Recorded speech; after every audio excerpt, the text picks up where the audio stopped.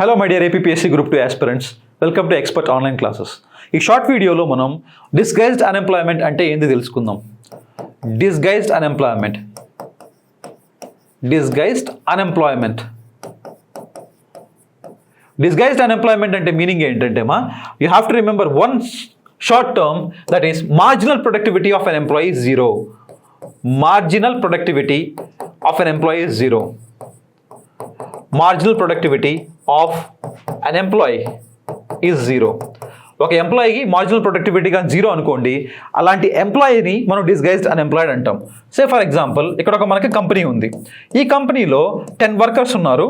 ఈ 10 వర్కర్స్ కలిపి 10 goods produce చేశారు. 10 గూడ్స్ ప్రొడ్యూస్ చేశారు అనుకుందాం. ఇప్పుడు 13 వర్కర్స్ యాడ్ అయ్యారు. ఆ కంపెనీకి 3 more వర్కర్స్ యాడ్ అయ్యారు. కానీ సేమ్ మళ్ళీ 10 గూడ్సే ప్రొడ్యూస్ చేస్తున్నారు అనమాట.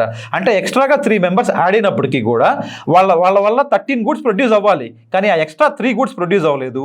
సో దాని మీనింగ్ ఏంటంటే, ఆ 3 మెంబర్స్ యాడ్ అయినా కూడా వాళ్ళ ఎక్స్ట్రా ప్రొడక్టివిటీ 3 రాలేదు, జస్ట్ 0నే అయింది.